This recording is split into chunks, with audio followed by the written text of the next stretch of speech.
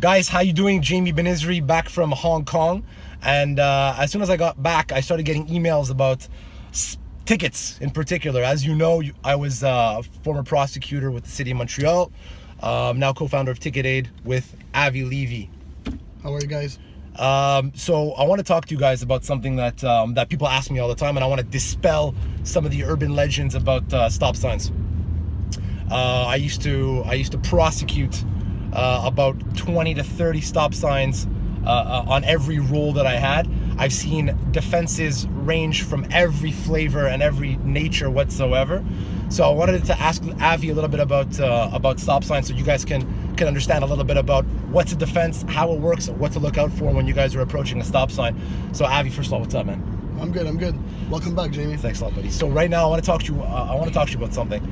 You're approaching a stop sign. There's a stop sign and a stop line. Tell me where people are supposed to stop. Well, basically what people don't know is that as soon as you go over that little white line that you see right at the stop sign, there goes your ticket. Exactly. So technically your tire has to stop right before that white line. So people don't know that you have to stop at l'arrêt stop. No, because look, we're at a stop right now, actually, you see? So people, have the urgency of just going forward and crossing that little white line by stopping, and then they still get a ticket, and they don't understand why. You know what I mean? Yeah. So we're at a stop sign right now. I stopped for about 2.5 seconds. First of all, does the law say anything about stopping for a sufficient amount of time? Never. It's an urban legend. People think that once you count 1, 2, 3 in your head, you're good. But that doesn't exist. It doesn't exist anywhere. Okay. Do I have to stop for 10 seconds? No, it has to be reasonable. Your wheels, your motion of the wheels have to basically stop one shot. As soon as the wheels continue rolling, they could emit the ticket. So you're approaching the stop sign. Let's assume it's winter now, because I get this question asked all the time. Yeah. They're gonna say, Jamie. Light, buddy. Thank you. They're gonna say, Jamie. I was approaching. I'm gonna ask people why they burned the stop sign. As they approach the stop sign, they say, well, look, it was icy. Wheels didn't stop. I slid right through. Is that a defense? I've heard clients tell me that defense over and over again. They thought it was the best defense ever. Yeah. But guess what? Unfortunately, and I understand, when you're in the winter period, and there's ice, and you stop and you slide, it's out of your control, right? Yeah. But unfortunately, it's not a defense.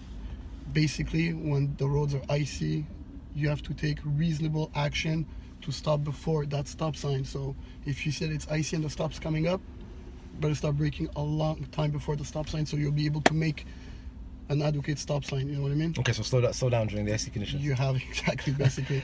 I want to talk to you.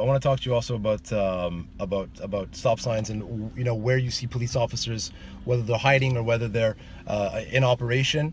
Tell us a little bit about when you see a police officer or when the ticket is issued. What are you looking for in terms of the area, in terms of in terms of what you should retain from the surroundings? Well, first of all, the stop sign has to be visible to you.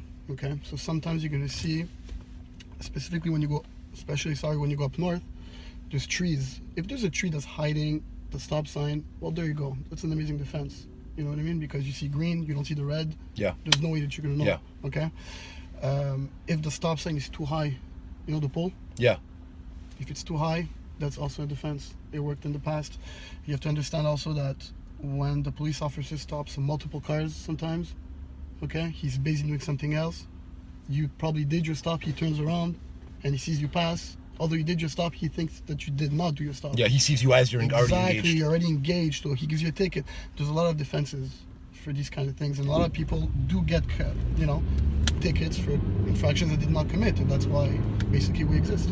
So, how many points is the stop sign to you? 3 points. How much is it? It's about $150 fine. So if there's a reasonable defense, and you help people with this stuff all the time, what is a potential outcome in terms of first of all, these things, could you negotiate? Could you settle these things? Well, look, our job basically, as you know, is to, once we analyze full disclosure of the evidence, we're trying to find something or some loopholes in the proof that maybe the police officer didn't do right, or maybe he didn't write something that's, because there's a lot of criteria to respect and before, issuing a ticket, obviously, So our job, basically, if we do get a settlement for a stop sign, we will drop from 3 points to 0, which is an amazing outcome, and you'll just pay a fine. You know what I mean? And right Yep. now we have an amazing promotion for those kinds of infractions on our website. They're only $99 to contest, you know. So how does someone contest a ticket? It's very simple. You log on to our website, ticketed.ca. Yeah. All right. You pay for a plan A. Automatically, you will get an email from our team welcoming you to Ticket Aid, asking you to submit some paperwork. All right. Once we get that, you don't even need to show up on the first court date. Okay. We go there for you. We show up for you. We make sure that we have full disclosure.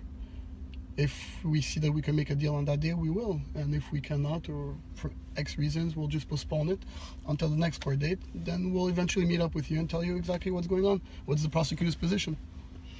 Avi, Levy, thank you. This is going to be one of many part series about contesting tickets.